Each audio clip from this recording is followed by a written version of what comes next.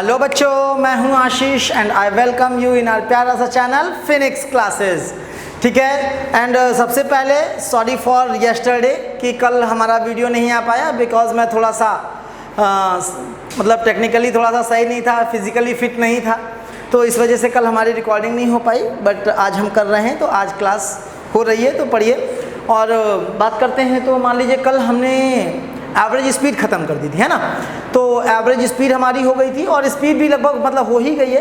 अब आपको थोड़ा सा इंस्टेंटेनियस स्पीड के बारे में बताना है और इसके बाद फिर हम वेलोसिटी स्टार्ट करते हैं। ठीक है, तो इसलिए जल्दी जल्दी अपने दोस्तों को, फ्रेंड्स को, रिलेटिव्स को, जिसको भी जो पढ़ने वाला है उसे शेयर कर दीजिए और आइए हम लोग शुरू करते हैं। ठीक है, तो कल हमारी हो गई थी एवरेज स्पीड, तो अब हम स्टार्ट करेंगे थोड़ा सा इंस्टेंटेनियस स्पीड। इंस्टेंटेनियस स्पीड, हाँ ठीक है। तो अब हम लोग स्टार्ट कर रहे हैं इंस्टेंटेनियस स्पीड। तो इंस्टेंटेनियस स्पीड में कुछ खास ज़्यादा नहीं है, बस थोड़ा सा है। तो इंस्टेंटेनियस स्पीड क्या होती है? The speed of any object at any instant is called instantaneous speed. जैसे कि आप स्कूटी चलाते हैं, बाइक चलाते हैं, कुछ भी चलाते हैं, तो जब आप गाड़ी चला रहे होते हैं तो गाड़ी में जो आगे स्पीडोमीटर लगा रहता है, तो वो स्पीडोमीटर आपकी इंस्टेंटेनियस स्पीड बताता है। आप देखते हैं कभी वो 40 होता है, तुरंत 41, 42, 43, 50, 51, 52, तो इस तरह से लगातार इंक्रीज करता चला जाता है। तो वो हर उस समय की स्पीड बताता है जिस समय आप देख रहे होते हैं, एट एनी इंस्टेंट। ठीक है, तो this is called instantaneous speed, यानी कि किसी एक समय पर जो भी आपकी स्पीड है that is called instantaneous speed. आ रही बात समझ में? तो इंस्टेंटेनियस स्पीड का मतलब speed at any instant. I hope समझ में आ गया होगा, इससे ज़्यादा इंस्टेंटेनियस स्पीड में कुछ नहीं है। ठीक है, जो भी था हमारा एवरेज स्पीड में था। ठीक है, अब इसके बाद एक आती है कि मतलब इंक्रीजिंग स्पीड होगी, तो वो कंटिन्यूसली इंक्रीज होगी, तो वो एक्सेलरेटेड स्पीड होगी। तो जब हम एक्सेलरेशन पढ़ेंगे इसके बाद बात करेंगे। ठीक है, तो अब स्टार्ट करते हैं हम वेलोसिटी। क्या स्टार्ट करते हैं? वेलोसिटी स्टार्ट करते हैं। तो स्पीड हमारी हो गई थी, तो स्पीड से ही दूसरा टर्म निकलता है। अब जैसे समझिए, हमारे पास था डिस्टेंस और साथ में था डिस्प्लेसमेंट। ठीक है, डिस्टेंस क्या था? स्केलर था। डिस्प्लेसमेंट क्या था? वेक्टर था। आपने लास्ट टाइम पे फॉर्मूला पढ़ा कि rate of change of distance, rate of change of distance is called speed. उसी तरीके से rate of change of displacement is called velocity. आई बात समझ में? यानी कि जैसे कि एक सेकेंड में ट्रैवल की गई डिस्टेंस को हम कहते हैं speed, by the same logic एक सेकेंड में ट्रैवल की गए डिस्प्लेसमेंट को, एक सेकेंड में किसी ऑब्जेक्ट ने कितना डिस्प्लेसमेंट किया है, उसे उस ऑब्जेक्ट की वेलोसिटी कहते हैं। ठीक है, अब डिस्टेंस थी स्केलर, तो उससे डिराइव हुई स्पीड, तो स्पीड भी कैसी हो गई? स्केलर हो गई। ठीक है, डिस्प्लेसमेंट से आई वेलोसिटी, डिस्प्लेसमेंट था वेक्टर, तो वेलोसिटी भी कैसी हो गई? वेक्टर हो गई। आई बात समझ में? तो एक्चुअली स्पीड और वेलोसिटी बस दोनों एक ही चीज़ें हैं, बस इनका टर्म वाइज बस इतना ही डिफरेंस है कि स्पीड जो है वो वेक्टर स्केलर क्वांटिटी है और जो वेलोसिटी है वो हमारी कैसी है? वेक्टर क्वांटिटी है। ठीक है, फॉर्मूला इनका अगर देख लिया जाए तो डिस्टेंस का जो फॉर्मूला आएगा, तो डिस्टेंस में तो स्पीड इज इक्वल टू हो जाएगा distance upon time, distance upon time यानी v अपॉन टी। ठीक है, सॉरी d अपॉन टी या s अपॉन टी। वेलोसिटी की बात करें तो ये हो जाएगा डिस्प्लेसमेंट अपॉन टाइम। क्या हो जाएगा? Displacement upon time. टेक्निकल अगर सिंबल्स के फॉर्म में बोला तो ये भी d अपॉन टी हो जाएगा। ठीक है, तो अब क्या करें? अब हम अगर यूनिट तो देखिए एक जैसा ही है बिल्कुल। ठीक है, अब वेक्टर, अब इसकी यूनिट की बात करें तो डिस्टेंस की इसकी यूनिट तो आपको पता ही है, मीटर पर सेकेंड या मीटर सेकेंड इनवर्स पावर -1। ठीक है। इसकी बात करें तो ये भी मीटर अपॉन सेकेंड यानी मीटर सेकेंड की पावर -1, ठीक है। तो मीटर सेकेंड की पावर -1, तो दोनों की जो यूनिट हो जाएगी वो भी क्या हो जाएगी, सेम हो जाएगी। लेकिन अब क्या है, देखिए स्पीड है स्केलर, तो ये हमेशा कैसी होगी, ऑलवेज पॉजिटिव होगी। कैसी होगी, ऑलवेज पॉजिटिव होगी। वेलोसिटी क्योंकि वेक्टर क्वांटिटी है तो ये पॉजिटिव भी होगी, निगेटिव भी होगी और ज़ीरो भी होगी, ठीक है। अच्छा, ये पॉजिटिव भी हो सकती है और ज़ीरो भी हो सकती है, क्योंकि अगर कोई ऑब्जेक्ट रुका हुआ है, if any object is at rest, it means इसकी जो वेलोसिटी है या स्पीड है वो क्या हो गई, ज़ीरो हो गई, ठीक है। तो कभी भी आपको किसी चीज़ का वेलोसिटी कैलकुलेट करना है तो वो क्या हो जाएगा, डिस्प्लेसमेंट अपॉन टाइम हो जाएगा। और अगर आपको कभी किसी चीज़ की स्पीड कैलकुलेट करनी है तो वो हो जाएगा डिस्टेंस अपॉन टाइम। तो इसलिए क्योंकि वेलोसिटी वेक्टर है तो ये पॉजिटिव भी आ सकती है, नेगेटिव भी आ सकती है, दोनों आ सकती है, लेकिन जो हमारी स्पीड है it will always be positive. अब एक बात और करते हैं, मैंने आपको देखिए याद रखिए, मैंने बताया था आपको कि फिजिक्स में माइनस और प्लस जो साइन होते हैं ये डायरेक्शन को रिप्रेजेंट करते हैं, है ना। तो अगर मान लीजिए जैसे कि यहाँ पर कर लेते हैं, तो जैसे कि कोई ऑब्जेक्ट मान लीजिए इधर की ओर जा रहा है 40 मीटर पर सेकेंड से, तो अगर मैं स्पीड की बात करूं तो ये भी 40, तो अगर इधर जा रहा है मान लीजिए 20 की स्पीड से, तो इसको हम क्या बोलेंगे, ये भी प्लस लिया जाएगा और ये भी प्लस लिया जाएगा। अगर बात हो रही है स्पीड की, किसकी बात हो रही है, स्पीड की। लेकिन यहीं पर अगर हम वेलोसिटी की बात करें तो अब ये ऐसे 40 मीटर पर सेकेंड अगर लिखा हुआ है, तो अगर वेलोसिटी है, ये क्या है, वेलोसिटी है, तो वेलोसिटी अगर हमने ये वाली 40 मीटर पर सेकेंड ली है तो हमको इधर की ओर जो 20 वाली जो है उसको हमको कैसा लेना पड़ेगा, माइनस का 20 लेना पड़ेगा, क्योंकि प्लस डायरेक्शन आपने ये ली है तो माइनस डायरेक्शन ये हो जाएगी। तो माइनस प्लस का क्या मतलब है कि एक इस डायरेक्शन को आपने जैसे पॉजिटिव ले लिया तो इस डायरेक्शन में कोई भी मूवमेंट होगा तो वो कैसा माना जाएगा, निगेटिव माना जाएगा। आई बात समझ में। तो इससे आपको डायरेक्शन का भी पता चलता है वेलोसिटी से, ठीक है। अपोजिट डायरेक्शंस में एक को प्लस, अच्छा ऐसा कंपलसरी नहीं है कि आप इसे प्लस लीजिए या इसे प्लस लीजिए। अगर एक को आप इसको प्लस लेंगे तो ये माइनस हो जाएगा, इसको प्लस लेंगे तो ये माइनस हो जाएगा। किसी भी एक डायरेक्शन को आप पॉजिटिव ले सकते हैं अपने मन से और उसकी अपोजिट वाली जो डायरेक्शन होगी वो क्या हो जाएगी, नेगेटिव हो जाएगी। और जब आप वेलोसिटी के क्वेश्चन करें तो आप ऊपर मेंशन कर दीजिए कि आपने अपने हिसाब से किस डायरेक्शन को पॉजिटिव डायरेक्शन माना है और किस डायरेक्शन को नेगेटिव डायरेक्शन माना है, ठीक है। जैसे आपने ऊपर जैसे ये है तो मैंने लिख दिया ऊपर की ये पॉजिटिव हो गई और नेगेटिव, तो आप अपने न्यूमेरिकल में जो आगे की ओर की स्पीड, इधर की डायरेक्शन की जितनी भी वेलोसिटीज होंगी सबको आप प्लस में लेंगे, इधर की ओर जितनी भी होंगी सबको क्या लेंगे, माइनस में लेंगे। आई होप समझ में आ गया होगा। देखिए इसकी जो मेन इंपॉर्टेंस समझ में आएगी ना वो आपको मोमेंटम में समझ में आएगी, क्योंकि मोमेंटम भी एक वेक्टर क्वांटिटी है, सेकंड चैप्टर में आपको पढ़ाऊंगा। तब वहां पर अगर आपने डायरेक्शन गड़बड़ कर दी तो क्वेश्चन आपका गलत हो जाएगा। इसलिए वेलोसिटी को बहुत कायदे से समझना। वेलोसिटी और स्पीड में कोई डिफरेंस नहीं, बस एक ही डिफरेंस है कि स्पीड जो है वो स्केलर है, उसमें डायरेक्शन से कोई फर्क नहीं पड़ता। जो वेलोसिटी है वो वेक्टर है तो उसमें डायरेक्शन भी ऐड होगी, यानी प्लस माइनस डायरेक्शन के हिसाब से उसमें लग जाएगा। आई होप समझ में आ गया होगा, ठीक है। बाकी अगर वैल्यू की बात करनी है, कभी आपको स्पीड कैलकुलेट करनी है, डिस्टेंस कैलकुलेट करनी है, तो डिस्प्लेसमेंट से टाइम को डिवाइड करोगे तो वेलोसिटी निकल आएगी, डिस्टेंस को टाइम से डिवाइड करोगे तो स्पीड निकल आएगी। डिस्टेंस और डिस्प्लेसमेंट प्रॉपरली मैंने आपको कैलकुलेट करना सिखाया है लास्ट लेक्चर में। अगर नहीं आता है, फर्स्ट लेक्चर में डिस्टेंस और डिस्प्लेसमेंट समझाया था, है ना।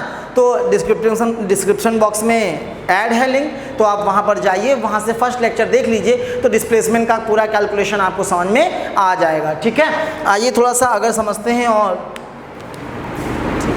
तो आइए जरा एक आध एग्जाम्पल लेके देखते हैं। मान लीजिए कोई ऑब्जेक्ट है, यहाँ से यहाँ तक आता है, फिर इसी रोड के ऊपर वापस चलाता है। मैं नीचे बना रहा हूँ ताकि ओवरलैप ना हो, बाकी इसी पे वापस आ रहा है। ए से पहले बी गया, फिर बी से सी आया, यहाँ पर आ गया। मान लीजिए ए से बी के बीच की जो डिस्टेंस है वो 2000 मीटर है, बी से सी के बीच का जो डिस्टेंस है वो 500 मीटर। ठीक है, यहाँ से यहाँ तक जाने में मान लीजिए उसको 100 सेकेंड का टाइम लगा और यहाँ से यहाँ तक उसको आने में 20 सेकेंड का टाइम लगा। ठीक है, अब आपसे इस क्वेश्चन में बोला जाए कि बेटा स्पीड भी बताइए और वेलोसिटी भी बताइए, तो देखिए कैसे करेंगे। अगर हम बात करें स्पीड की, किसकी बात करें? स्पीड की, तो स्पीड हो जाएगी डिस्टेंस अपॉन टाइम। डिस्टेंस कितनी हो गई? स्पीड ए से सी की बात कर रहे हैं। किसकी बात कर रहे हैं? ए से सी की। तो डिस्टेंस की अगर हम बात करें तो देखिए 2000 ये, 500 ये, तो टोटल डिस्टेंस हो गई 2500 मीटर। टाइम कितना लगा? 100 सेकेंड इधर लगे, 20 सेकेंड इधर लगे, तो ये हो गए 120 सेकेंड। कितने हो गए? 120 सेकेंड। 120 मान लो, इसको मैं 25 ले लेता हूँ, दैट विल बी बेटर, है ना। तो 25 ले लेते हैं, 25 सेकेंड मान लो लगे उधर, तो ये हमारा इजी हो जाएगा कैलकुलेशन। तो ये 125 सेकेंड हो गए। आप इसको डिवाइड कर दीजिए तो ये आ जाएगा 20 मीटर पर सेकेंड। ये हमारी कैलकुलेट हो गई स्पीड, कहाँ से कहाँ तक की? ए से सी तक की, एवरेज है ऑब्वियसली।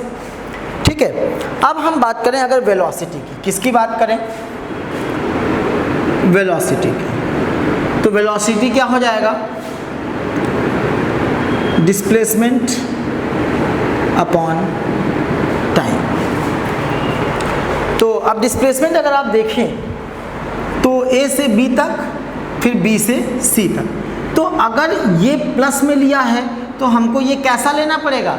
माइनस में लेना पड़ेगा, क्योंकि इधर मूवमेंट का डायरेक्शन ये था और इधर मूवमेंट का डायरेक्शन ये है, तो अपोजिट डायरेक्शन से मोशन हो रहा है। तो अगर इसको प्लस लेंगे तो इसको माइनस लेना पड़ेगा, इसको माइनस लेंगे तो इसको प्लस लेना पड़ेगा। तो आप कर दीजिए फटाफट। तो डिस्प्लेसमेंट कितना हो जाएगा? मान लीजिए ये डायरेक्शन मैंने मान ली पॉजिटिव और ये डायरेक्शन मैंने मान ली नेगेटिव। ठीक है, तो ये पॉजिटिव डायरेक्शन इधर वाली राइट साइड वाली और लेफ्ट साइड वाली नेगेटिव डायरेक्शन। तो डिस्प्लेसमेंट हमारा हो जाएगा प्लस का 2000 माइनस का 500 अपॉन टाइम पूरा, तो 100 प्लस 25 120। अच्छा, टाइम को मत सब्ट्रैक्ट कर देना, टाइम कभी सब्ट्रैक्ट नहीं होता, टाइम हमेशा इंक्रीज ही होता है। ठीक है, तो ये हो जाएगा 1500 होल डिवाइडेड बाई 125। अच्छा, ये मैंने डिवीज़न लग रहा गलत कर दिया कि सही है? हाँ, 125 250, ये तो ठीक है। अच्छा, कोई नहीं, सही है, सही है। ठीक है, तो 1500 अपॉन 125। अब आप इसको डिवाइड कर देंगे जिससे भी कैंसिल हो। 25 5 ज़ा 125, 25 6 ज़ा ये हो गया, 5 1 ज़ा 5 2, तो ये आ गया 12 मीटर पर सेकेंड। कितना आ गई? 12 मीटर पर सेकेंड। तो देखिए वेलोसिटी हमारी आ गई 12 मीटर पर सेकेंड, स्पीड हमारी आ गई 20 मीटर पर सेकेंड। आई बात समझ में? तो इस तरह से हम करेंगे। अगर आपको वेलोसिटी कैलकुलेट करनी है तो डिस्प्लेसमेंट से डिवाइड करिए, स्पीड कैलकुलेट करनी है तो डिस्टेंस से डिवाइड करिए। आई होप समझ में आ गया होगा। ठीक है, अगर और ऐसे एग्जांपल लें तो जैसे मान लीजिए कोई ऑब्जेक्ट है, बोला जाए मूव कर रहा है 40 की स्पीड से और 1 मीटर पर सेकेंड, और एक ऑब्जेक्ट जो उसकी तरफ आ रहा है वो 20 की स्पीड से मूव कर रहा है, तो इस तरह से लिया जाएगा। ठीक है, अगर बोला जाए any object A and two objects A and B moving towards each other with a speed of 40 metre per second and 20 metre per second, तो उसको हम इस तरह से लिखेंगे। ठीक है, लेकिन अगर यहीं पर स्टेटमेंट ये होता कि two objects A and B moving towards each other with a velocity of 40 metre per second and 20 metre per second, तब हम कैसे लिखते? तब वेलोसिटी बोला है तो इसको अगर हम 40 मीटर पर सेकेंड लेते तो हमको इसको लिखना पड़ता माइनस का 20 मीटर पर सेकेंड। आई होप समझ में आ गया होगा कि वेलोसिटी और स्पीड में क्या डिफरेंस है। ठीक है, तो इस तरह से हम वेलोसिटी को करते हैं। वेलोसिटी नेगेटिव हो सकती है क्योंकि वो वेक्टर क्वांटिटी है। ठीक है, इंस्टेंटेनियस वेलोसिटी मैंने आपको समझा दी है। तो इस तरह से आपका वेलोसिटी वाला जो पोर्शन है वो क्या होता है? फिनिश होता है। ठीक है, एक चीज़ आपको और ध्यान रखनी है जो बड़ी इंपॉर्टेंट थिंग है। देखिए जब आप बुक में क्वेश्चंस करने बैठेंगे तो देखिए अगर किसी क्वेश्चन में स्पीड और वेलोसिटी की अलग अलग बात की गई है उसी क्वेश्चन में, तब आप स्पीड को अलग तरीके से जैसे पढ़ाया वैसे करेंगे, वेलोसिटी को जैसे पढ़ाया वैसे करेंगे।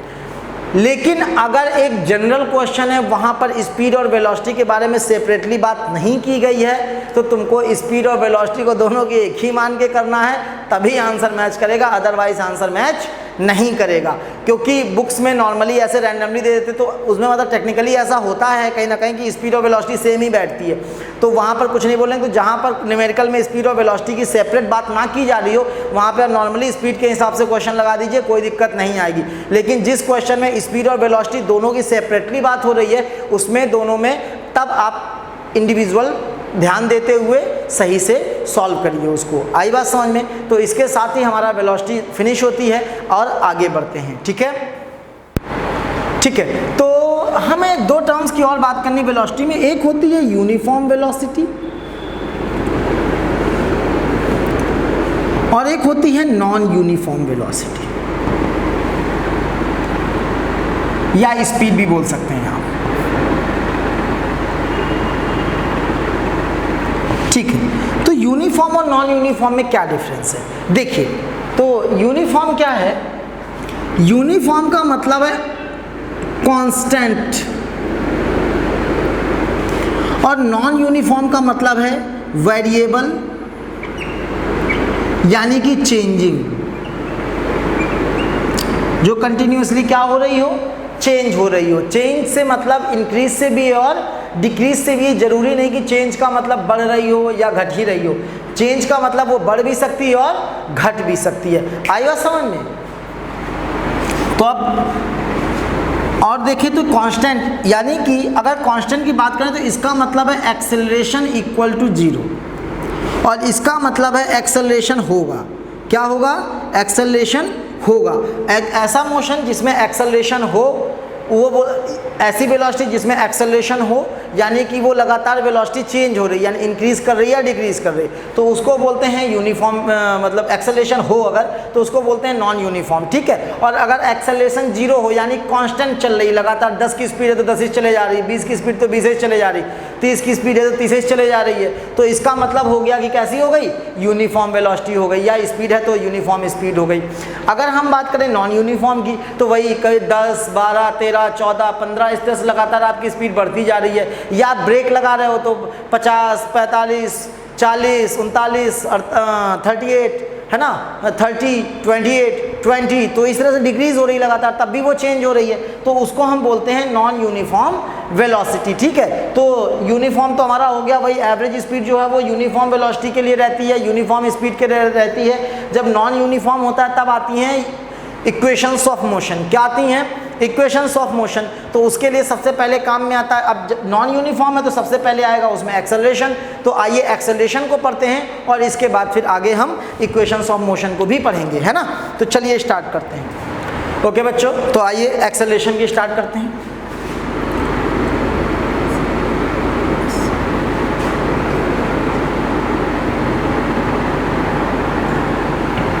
एक्सेलरेशन बहुत बड़ी स्पेलिंग है, शॉर्टकट में हम लोग ACC+ लिख के काम चलाते हैं। ठीक है, एक्सेलरेशन। तो आइए सबसे पहले समझते हैं कि आखिर ये एक्सेलरेशन चीज़ क्या है। एक्सेलरेशन हमेशा वेलोसिटी से रिलेटेड है, इसको स्पीड से रिलेट मत करना, ठीक है, क्योंकि ये एक्सेलरेशन में डायरेक्शन मैटर करती है, वेक्टर क्वांटिटी है, इसलिए ये वेलोसिटी से ही आता है, स्पीड से नहीं आता, स्पीड का काम खत्म है। ठीक है, तो आइए एक्सेलरेशन। तो जैसे आपने क्या किया था, एक्सेलरेशन को हम पहले देख लेते, प्रॉपर डेफिनेशन देख लेते हैं, इसके बाद फिर न्यूमेरिकल टर्म्स में बात करेंगे कि इक्वेशन वाइज क्या होता है। ठीक है, तो एक्सेलरेशन क्या होता है? बिल्कुल सेम टू सेम वेलोसिटी जैसा ही, rate of change of velocity, rate of change of velocity is called acceleration. क्या कहलाता है? Rate of change of velocity को हम कहते हैं एक्सेलरेशन। थोड़ा सा और समझने की कोशिश करें तो हम ये बोल सकते हैं, the change in velocity in 1 second is called acceleration. The change in velocity in 1 second is called acceleration. Velocity में 1 सेकेंड में जितना भी चेंज आया है उसे हम क्या कहते हैं, एक्सेलरेशन कहते हैं। आइए समझते हैं इसको टेक्निकल टर्म्स में। अच्छा एक चीज, अच्छा पहले हम बात करें अगर हम स्केलर और वेक्टर की अगर हम बात कर ले तो ये बताइए क्या लगता है आपको कि एक्सेलरेशन स्केलर होगा कि वेक्टर होगा? भैया मैंने यहाँ पे स्पीड की बात नहीं की, मैंने बात की वेलोसिटी की बच्चा। तो जब वेलोसिटी की बात की तो जब वेलोसिटी से आया है ये, तो वेलोसिटी एक वेक्टर क्वांटिटी है, तो उससे जो क्वांटिटी अगली क्वांटिटी आएगी वो भी क्या आएगी, वेक्टर ही आएगी। तो इसका मतलब स्केलर जो हो गया वो एक कैसी क्वांटिटी हो गया, वेक्टर क्वांटिटी हो गया। क्या हो गया, वेक्टर क्वांटिटी हो गया। और जब ये वेक्टर क्वांटिटी है तो इसका मतलब ये पॉजिटिव भी होगा, नेगेटिव भी होगा, जीरो भी होगा। ठीक है, तो acceleration is a vector quantity, so it can be whether positive और नेगेटिव और जीरो एज वेल। ठीक है, इट्स डेफिनेशन इज 1 सेकेंड में जो भी वेलोसिटी में चेंज आया है दैट इज कॉल्ड एक्सेलरेशन। ठीक है, आइए मान लीजिए लेट, तो ये हो गया ना, अब इसको रब कर देता हूं मैं। आइए समझिए, मान लीजिए कोई ऑब्जेक्ट है। अच्छा यहाँ पर इनिशियल वेलोसिटी और फाइनल वेलोसिटी का टर्म भी ध्यान रखिएगा। जैसे कभी भी कोई ऑब्जेक्ट है, कोई क्वेश्चन स्टार्ट होगा तो कुछ इनिशियल वेलोसिटी होगी उसकी, इसके बाद मोशन करने के बाद कुछ फाइनल वेलोसिटी होगी। तो रिप्रेजेंटेशन जो होता है वो ये होता है, इनिशियल वेलोसिटी को u से रिप्रेजेंट करते हैं। तो इनिशियल वेलोसिटी को हम क्या लिट करते हैं, हमेशा u से रिप्रेजेंट करते हैं। और फाइनल वेलोसिटी को हम किससे रिप्रेजेंट करते हैं, v से रिप्रेजेंट करते हैं। u और v के सिंबल भी अपने कायदे के बना लो, वरना कुछ बच्चों की समस्या ये होती है u और v दोनों एक जैसे ही बनते हैं, एग्जाम में बाद में पता ही नहीं चलता कौन सा u था कौन सा v था, खुद ही गलत करके चले जाते हैं। ठीक है, तो इनिशियल वेलोसिटी और फाइनल वेलोसिटी, तो कभी भी शुरुआत की जो वेलोसिटी है उसके बारे में बात करनी है तो that is called initial velocity. Question के बाद की बात है या फाइनल टाइम की बात जो वेलोसिटी है उसको हम बोलेंगे फाइनल वेलोसिटी। ठीक है, तो आइए देखते हैं। तो मान लीजिए कोई ऑब्जेक्ट है जो जिसकी इनिशियल वेलोसिटी u है। क्या है, इनिशियल वेलोसिटी u है और t सेकेंड तक, t टाइम तक, मान लीजिए t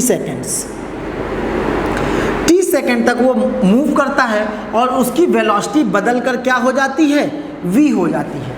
क्या हो जाती है, v हो जाती है। ठीक है, तो अगर हम देखें तो इसकी वेलोसिटी में चेंज कितने का आया, तो चेंज इन वेलोसिटी की बात करें, अगर हम किसकी बात करें, चेंज इन वेलोसिटी की बात करें, तो चेंज इन वेलोसिटी यानी कि डेल्टा v। तो सबसे पहले इस डेल्टा को समझो। बहुत सारे बच्चे भी 9th में नए नए आए तो उनको ये नहीं पता कि डेल्टा क्या होता है। तो भैया देखो ये ट्रायंगल टाइप का बना होता है ना, डेल्टा कहीं भी लग सकता है। डेल्टा का मतलब होता है चेंज। डेल्टा लिख लीजिए आप, delta means change, delta means change. और चेंज का मतलब हमेशा क्या होता है, किसी भी चेंज का चेंज, यानी final minus initial, final minus initial. अब एक चीज और याद रखिएगा, जब फिजिक्स में हम कभी चेंज की बात करते हैं तो हमेशा फाइनल माइनस इनिशियल करते हैं। इसको मैथ के तरीके मत लेना। मैथ में हम क्या करते हैं, कभी भी चेंज देखना होता है तो हमेशा बड़े वाले से छोटे वाले को घटा देते हैं। फिजिक्स में ऐसा नहीं है, गलत हो जाएगा, पूरी तरीके से ध्यान रखना।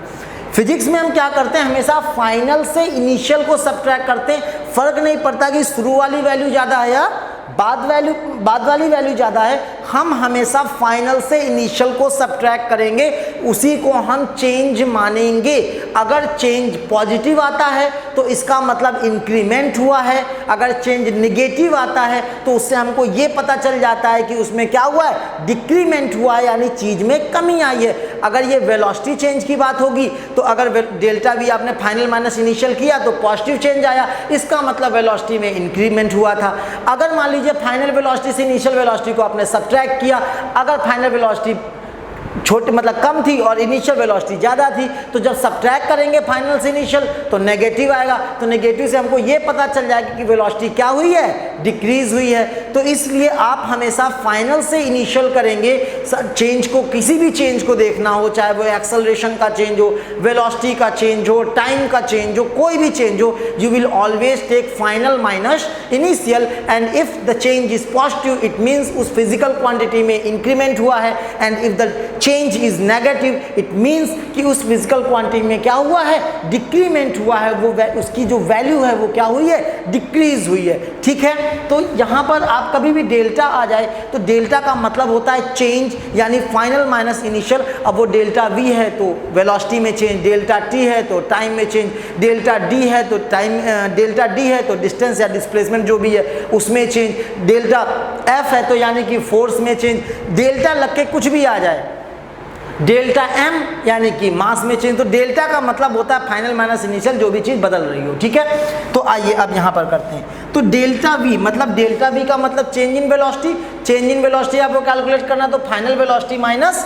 Initial velocity. फाइनल वेलोसिटी को वी से रिप्रेजेंट करते हैं, इनिशियल वेलोसिटी को यू से रिप्रेजेंट करते हैं। तो that will be v minus u. क्या हो जाएगा? v माइनस यू, और इसको यहाँ से t सेकेंड का टाइम लगा तो अभी मैंने आपको एक्सेलरेशन क्या पढ़ाया था?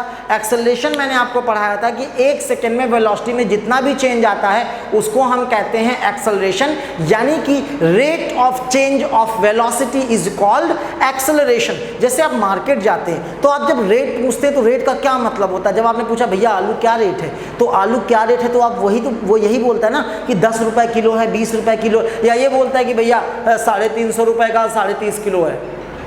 ऐसे तो नहीं बताता। रेट का मतलब ये होता है कि यूनिट क्वांटिटी में कितना दोगे, यूनिट, एक यूनिट जितना भी होगा उतना कितने का दोगे, तो वही है। तो रेट ऑफ चेंज का मतलब 1 सेकेंड में, यहाँ पर जो भी रेट है तो उसका मतलब 1 सेकेंड में। Rate of change of distance speed, rate of change of displacement velocity, rate of change of velocity acceleration, मतलब 1 सेकेंड में चेंज। तो देखिए t सेकेंड में चेंज कितने का आया? v minus u. कितने का आया? v minus u. तो change in velocity, change in velocity in t seconds is equal to v minus u. So change in velocity in 1 second, तो कितना हो जाएगा? t सेकेंड में इतना, तो 1 सेकेंड में v minus u upon T. कितना हो जाएगा?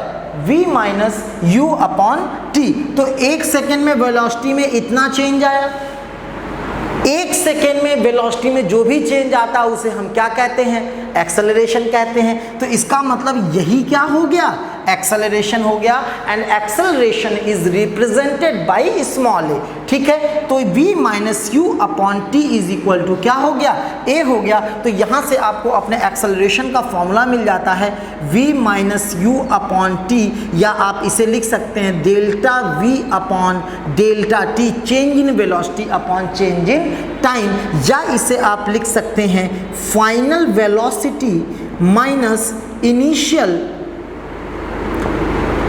velocity upon time taken to change this velocity, ठीक है। तो इसको हम क्या बोलेंगे? एक्सेलरेशन। ये तीनों चीज़ें आप क्या कर सकते हैं? ध्यान कर सकते हैं। आई होप समझ में आ गया होगा। अब हम बात करते हैं एक्सेलरेशन की यूनिट की। किसकी बात करते हैं? एक्सेलरेशन की यूनिट की। तो एक बात बताइए, हमारा जो फॉर्मूला आया वो क्या आया? Delta we upon delta T. तो मैंने आपको किसी भी चीज़ के फॉर्मूले से उसकी यूनिट को बनाना आपको सिखा दिया है पहले ही, है ना। तो जब आपको फॉर्मूले से यूनिट बनाना सिखा दिया तो अब ये फॉर्मूला आपके सामने लिखा हुआ, तो अब आप इसकी यूनिट बनाइए। तो कैसे बनेगा? ऊपर क्या है? वेलोसिटी। वेलोसिटी की यूनिट क्या होती है? SI मीटर पर सेकंड। नीचे क्या है? टाइम। टाइम की यूनिट क्या होती है? सेकंड। तो इसकी यूनिट क्या बन जाएगी? मीटर। सेकंड नीचे आ जाएगा तो सेकंड इंटू सेकंड। तो सेकंड इंटू सेकंड क्या हो जाएगा? Second square. तो एक्सेलरेशन की जो यूनिट आ गई वो आ गई मीटर पर सेकंड स्क्वायर। क्या आ गई? SI यूनिट जो आ गई दैट इज मीटर पर सेकंड स्क्वायर। आई होप समझ में आ गया होगा। अब अगर आप इस फॉर्मूले की बात करें, v minus u upon t is equal to a, यानी delta v upon delta t, यानी change in velocity upon change in time is equal to acceleration. अगर आप इसको थोड़ा सा और सिंप्लीफाई कर लें, ठीक है, तो अब क्या हो जाएगा? आओ देखो, तो ये हो जाएगा v माइनस यू, टी को a से मल्टीप्लाई कर देंगे तो इक्वल टू आ जाएगा a t। तो अब इस v को, u को उस साइड भेज दीजिए तो ये हो जाएगा u प्लस at। अब ये जो आ गया ना बेटा, आया तो कॉर्नर में है लेकिन बड़ी इंपॉर्टेंट चीज़ है, इसे कहते हैं फर्स्ट इक्वेशन ऑफ मोशन। क्या कहते हैं? First equation of motion. तो आपने बैठे बैठे इक्वेशन जो मोशन की पहली इक्वेशन की प्रूविंग कर ली। आई बात समझ में? तो बड़े प्यार से हमारी जो फर्स्ट इक्वेशन ऑफ मोशन है वो प्रूफ हो जाती है, जो कि क्या आती है, v is equal to u plus a t. इसको बेटा वैसे ही रट्टा मान लो जैसे तुमको पता है कि a के बाद b आता है और b के बाद c आता है, उसी तरीके से v is equal to u plus a t होता है। ये आपको बिल्कुल इसी तरह याद होना चाहिए अगर ज़िंदगी में फिजिक्स के बारे में कुछ सीखना चाहते हो। नहीं सीखना चाहते तो कोई बात नहीं, फिर तो जो मर्जी हो करो, ठीक है। तो v is equal to u plus a t, first equation of motion. तो यहाँ से हमारा एक्सेलरेशन जो होता है वो हो जाता है। अब देखिए एक्सेलरेशन को दो टर्म्स में बात करते हैं, ठीक है। इतना हो गया, इसे रब कर लेते हैं फिर आगे बात, ठीक है बेटा। तो अब देखते हैं एक्सेलरेशन के बारे में। तो एक्सेलरेशन में दो टर्म्स यूज होते हैं हमेशा, ठीक है।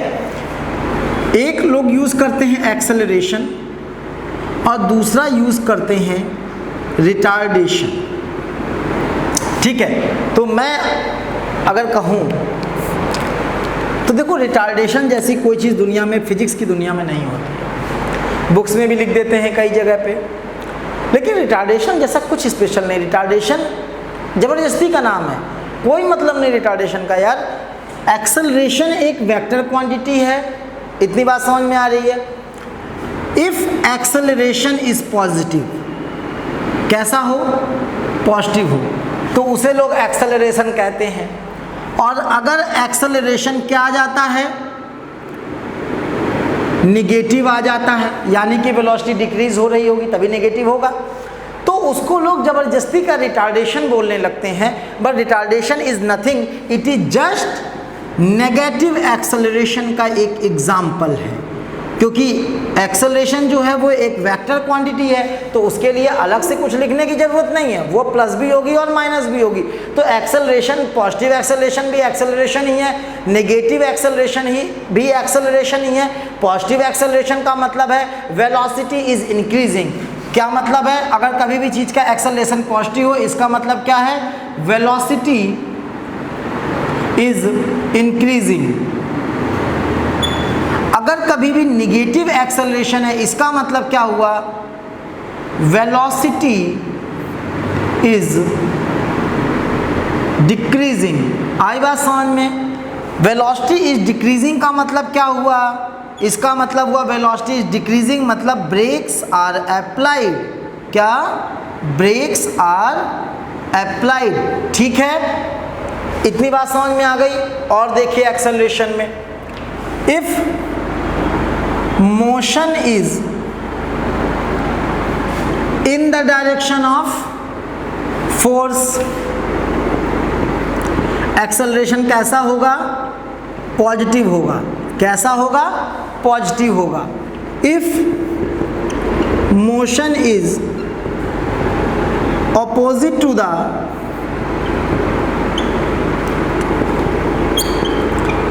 डायरेक्शन ऑफ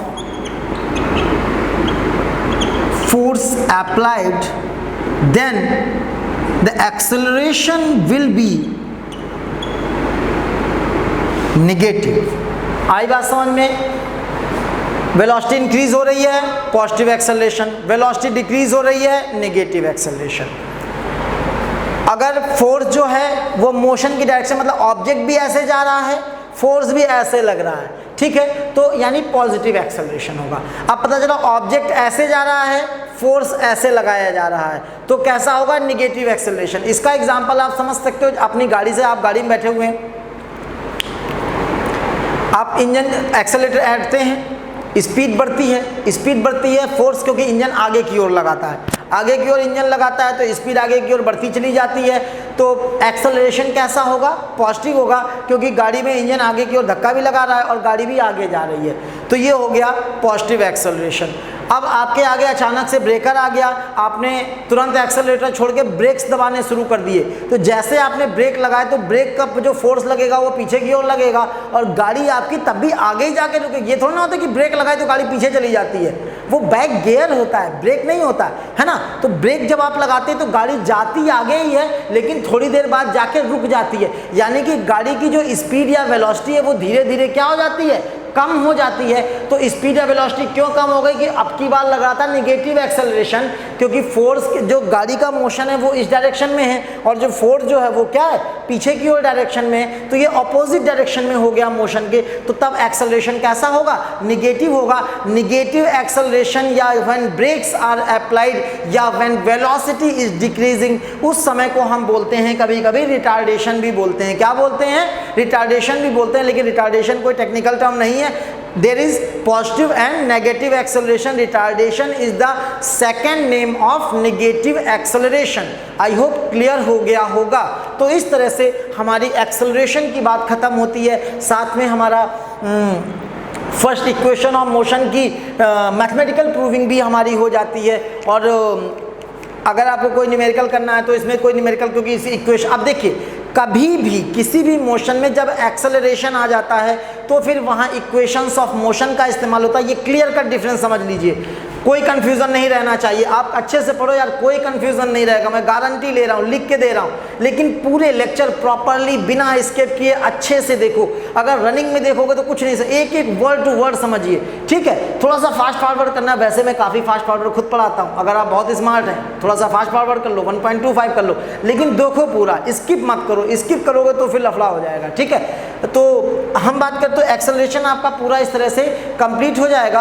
अब ये याद रखिए, देखिए जब भी एक्सेलरेशन हो, क्या एक्सेलरेशन हो, तो उन क्वेश्चंस में हम इक्वेशंस ऑफ मोशन का यूज करते हैं। आई बात समझ में? जब एक्सेलरेशन ना हो, एक्सेलरेशन ना हो तो हम कौन सा फॉर्मूला यूज करते हैं? हम फॉर्मूला यूज करते हैं स्पीड इज इक्वल टू या velocity is equal to distance upon time, यानी v is equal to D upon T वाला जो फॉर्मूला बचपन से पढ़ते आ रहे हैं, ये वाला पीछे एवरेज स्पीड वाला। तो वो एवरेज स्पीड वाले फॉर्मूले तब तक वैलिड है जब तक एक्सेलरेशन की कोई बात नहीं हो रही है। जैसे ही एक्सेलरेशन गेम में आता है, आपकी इक्वेशंस ऑफ मोशन गेम में आती हैं, जिनको हम आगे करते हैं, ठीक है। तो हमारी फर्स्ट इक्वेशन ऑफ मोशन हो गई, एक्सेलरेशन हो गया। अब नेक्स्ट लेक्चर पर हम लोग इक्वेशंस ऑफ मोशन की प्रूविंग करेंगे और इसके बाद उसके क्या करेंगे, न्यूमेरिकल करेंगे।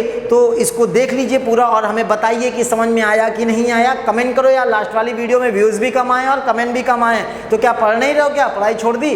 भैया पढ़ो यार, कोरोना खत्म हो गया तो पढ़ना पड़ेगा। और एग्जाम के, स्कूल के एग्जाम से भले आपकी ज़्यादा रिस्पॉन्सिबिलिटी ना हो, ठीक है, मैं मानता हूँ शायद नंबर भी आ जाएंगे, लेकिन बेटा जब आप जेई के लिए प्रिपेयर करोगे, IIT के लिए प्रिपेयर करोगे, बाकी जैसे कि नीट के लिए प्रिपेयर करोगे, तब वहाँ पर आपका ये सब काम नहीं आएगा। वहाँ पर आपकी नॉलेज ही काम आएगी। फिर आप ये नहीं बोल सकते कि हम कोविड वाले ड्यूरेशन में पढ़े थे तो हमको ये नहीं आता, फिर आप बेटा रह जाओगे। इसलिए कायदे से पढ़ो दिमाग लगाकर, ठीक है। और जब पूरा समझ ना आए तो फिर मुझे मैसेज करिए, आप जो भी आपके डाउट्स हैं मैं क्लियर करूँगा। कोई पूछता नहीं है यार, लिटरली कोई पूछता नहीं है। पूछो, जो भी डाउट है वो कम से कम पूछो तो, ठीक है। और हंसते रहिए, मुस्कुराते रहिए। आज के लिए इतना रखते हैं, मिलते हैं नेक्स्ट वीडियो में। It's all for today, thank you very much, God bless you all.